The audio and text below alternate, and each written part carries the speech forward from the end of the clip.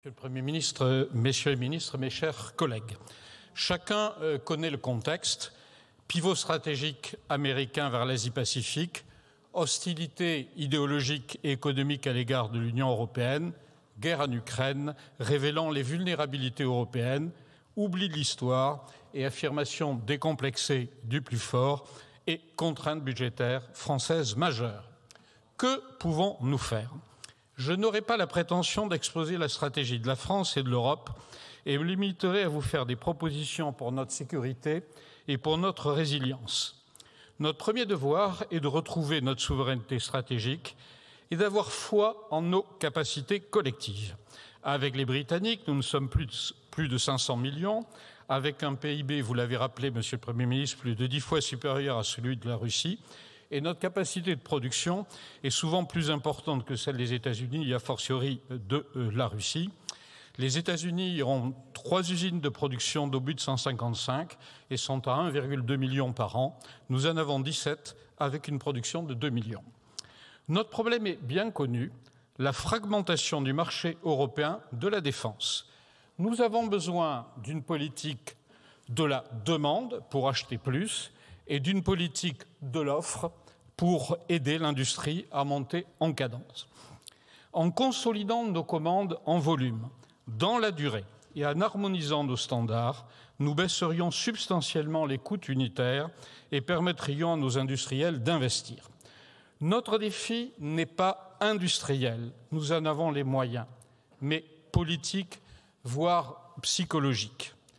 Ne recommençons pas les débats de 1954, d'autant que l'article 41.2 du traité de l'Union européenne lui interdit de posséder des moyens militaires. Les États membres apportent les capacités militaires, mais l'UE peut, à mon sens, et doit financer celles des États membres. À titre d'exemple, la France assure 16% du financement de l'UE et a 20% de retour sur le Fonds européen de défense. Ma deuxième proposition concernerait la simplification des achats, mais je n'aurai pas le temps de la développer. Ma troisième proposition vise à pouvoir utiliser, le moment venu, tous les moyens civils. La préparation est essentielle, coordination des réserves stratégiques, utilisation des capacités de stockage et des moyens de transport lourds de nos entreprises à travers des contrats de disponibilité, maximiser les technologies dites duales, partenariats public-privé pour les infrastructures critiques ou encore des cahiers des charges intégrant la capacité à en fonctionner dans des environnements dégradés. Notre pays a un système performant de sécurité civile. Je proposerai de développer la double compétence des personnels clés pour naviguer entre urgence civile et militaire. La masse reste une donnée prépondérante. Aux réservistes sous contrat dit RO1 ou rappelables pendant 5 ans dit RO2, je suggérerais d'accueillir au-delà des 5 ans les volontaires déjà formés dans une réserve opérationnelle numéro 3. Avec 150 000 personnes travaillant pour l'industrie de la défense, une réserve opérationnelle industrielle de 10 à 20% me semblerait raisonnable au-delà des 3 000 prévus. Les chaînes industrielles de nos groupes de défense ne se découvrent pas au dernier moment. Si l'on devait vite monter en cadence, il vaudrait mieux avoir fait les enquêtes de sécurité avant. La question de la disponibilité de nos réservistes reste aussi un point faible. Je voudrais bien sûr évoquer aussi l'esprit de défense. Une sécurité ne peut exister sans nos concitoyens.